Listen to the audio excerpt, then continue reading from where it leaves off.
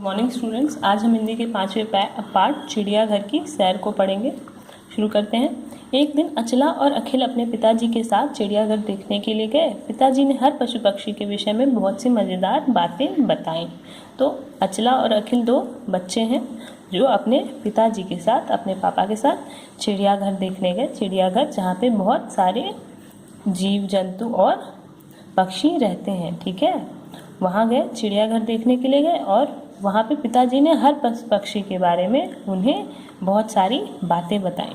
सबसे पहले वे दोनों बच्चों को एक बड़े पिंजरे के पास ले गए। इस पिंजरे में तरह तरह की रंग बिरंगी चिड़िया थी, जिनका चहचहाना और फुदकना देखकर अचला बहुत खुश हुई। अचानक अखिल का ध्यान दूसरी ओर गया। उधर उसने एक बहुत बड़ी चिड़िया देखी।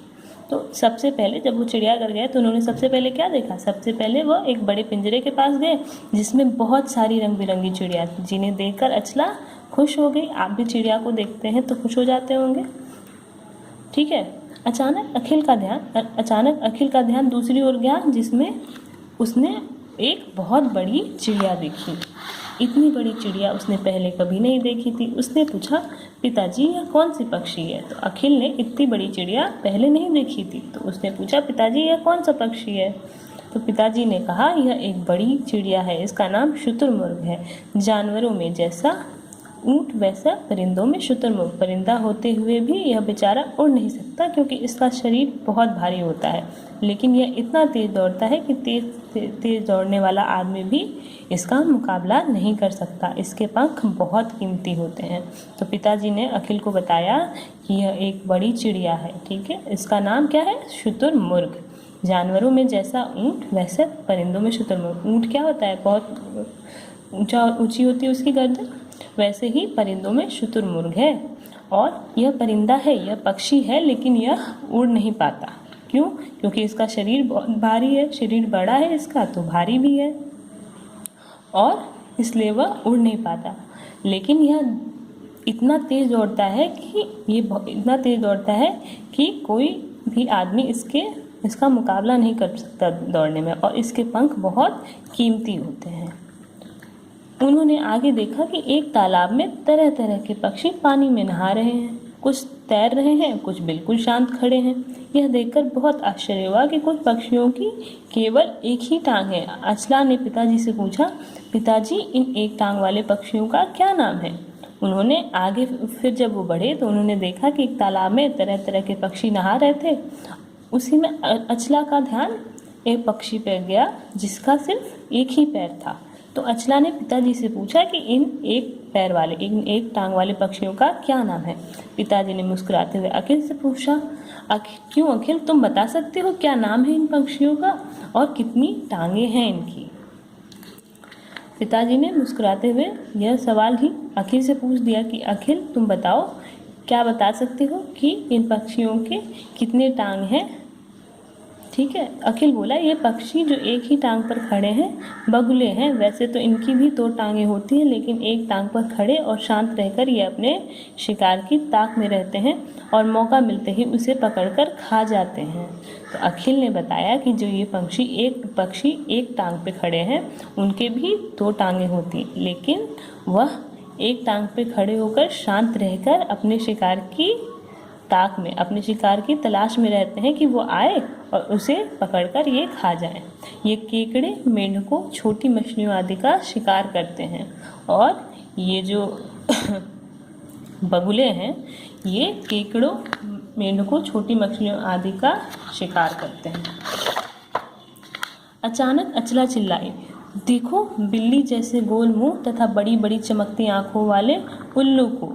अचानक से तब तक अचला ने क्या देखा? उल्लू को देखा। तो वह चिल्लाई कि देखो गोल मुंह और बड़ी बड़ी चमकते आंख वाला उल्लू। पिताजी ने बताया, हाँ, दिन में यह किसी अंधेरी जगह में छिपकर बैठा रहता है, रात के अंधेरे में यह बहुत आसानी से देख लेता है। उड़ते समय इसके मुलायम पंख बिल्कुल आवाज़ नहीं करते, इसलिए शिकार को इसके आने की आहट भी नहीं मिलती और यह उसे आसानी से धर दबोचता है। खेती को बिगाड़ने वाले चूहों को मारकर यह फसल को बर्बाद होने से बचा लेता है। चलो अब पशुओं के बाड़े की ओर चलें। पिताजी ने बताया, उल्लू के बारे में पिताजी ने बताया कि यह दिन में अंधेरी जगह में छिपकर बैठा रहता है और रात में इसे सब कुछ आसानी से दिखाई देता है और उड़ते समय इसके मुलायम पंख हैं, इसकी वजह से उनके से आवाज़ नहीं होती और शिकार को इनके आने की बिल्कुल भी खबर नहीं होती और वह आसानी से अपने शिकार को पकड़ लेता है। और खेती को बिगाड़ने वाले जो चूहे होते हैं, जो चूहे फसल को खा जाते हैं, उनसे भी यह फसल को बचाता है। और यह बताते हुए फिर पिताजी ने कहा, चलो अब पशुओं की बाड़े की ओर चलें, पशुओं के जो ओर हम चलें। अचला बोली, मैं तो पहले बाघ देखूंगी। अखिल पहले रीछ और अजगर देखना चाहता था। इस पर पिताजी ने कहा, नहीं, पहले हम सबसे ऊंचा जानवर देखेंगे। अचला झट बोल उठी, हाथी। अखिल ने कहा, ऊंट। पिताजी मुस्कुराए। अचला को पहले क्या देखना था? अचला ने बोला कि मैं पहले बाघ देखूंगी। वहीं अखिल ने कहा कि मैं पहले रीछ और अजगर देखूंगा। इस पर पिताजी ने कहा कि नहीं, हम इन दोनों को नहीं देखेंगे, हम सबसे ऊंचा जानवर को पहले देखेंगे। तो अचला ने बताया कि सबसे ऊंचा जानवर हाथी और अखिल ने कहा ऊंट। पिताजी मुस्कुराए क्योंकि वह दोनों ही गलत थे। तो दोनों ने एक साथ प्रश्न किया, उस जानवर का नाम तो बताइए, मतलब सबसे ऊंचे जानवर का नाम तो बताइए। वे उन्हें एक बड़े बाड़े के निकट ले गए, बोले, यह है वह जानवर, इसका नाम जिराफ है। इसकी ऊंचाई हाथी और ऊंट से दुगनी होती है। तो फिर पिताजी ने बताया कि यह है वह जानवर, इसका नाम जिराफ है और यह सबसे ऊंचा प्राणी है। इसकी ऊंचाई हाथी और ऊंट से भी दुगनी होती है। अचला बोली, पिताजी, क्या यह हमारे देश का जानवर है? इसके बारे में कुछ बताइए। अचला को और जिज्ञासा हुई और उसने अपने पिताजी से बोला कि इस जानवर के बारे में हमें और बताइए। पिताजी ने बताया, यह जानवर अफ्रीका में पाया जाता है। यह बहुत सीधा पशु है, कभी किसी को सताता नहीं। इसकी गर्दन बहुत लंबी होती है, इसलिए अपने शत्रु को दूर से ही देख लेता है और सुरक्षित स्थान में दौड़ जाता है। रंग रूप में सुंदर, तेज दौड़ने वाला जानवर है यह।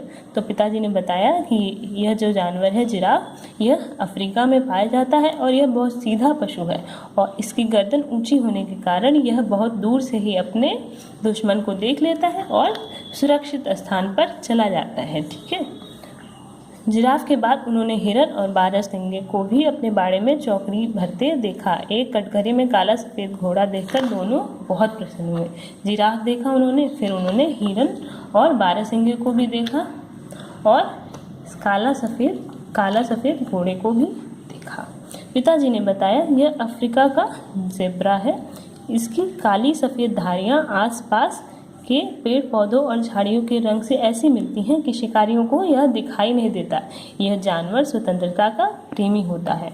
तो जो काला सफ़ेद घोड़ा था, जिसे देखकर दोनों बहुत प्रसन्न हो रहे थे, तो पिताजी ने बताया कि यह अफ्रीका का ज़ेब्रा है। इसका नाम ज़ेब्रा है। इसकी काली सफ़ेद धारियाँ आसपास के पेड़ पौधों से मिलती हैं, इसलिए यह आसानी से छुप जाता है और शिकारियों को दिखाई नहीं देता और इसको स्वतंत्रता पसंद है। इसको अपनी आज़ादी बहुत प्रिय है। अचला और अखिल को बहुत आनंद आया। चिड़ियाघर के बंद होने का समय हो रहा था, इसलिए वे जल्दी से बाघ और रीछ देकर अपने पिताजी के साथ घर लौट गए। अचला और अखिल ने बहुत आनंद लिया चिड़ियाघर को घूमने में और चिड़ियाघर के बंद होने का समय हो रहा था, इसलिए वे बाघ और रीछ देखकर अपने पिताजी के साथ घर चले गए। तो इस पाठ में आपको विभिन्न पशु पक्षियों के बारे में बहुत सारी जानकारी मिली है। इसे ध्यान में रखें और जब आप अगली बार चिड़ियाघर देखने जाएं तो सभी प्राणियों को पहचानने की कोशिश करें।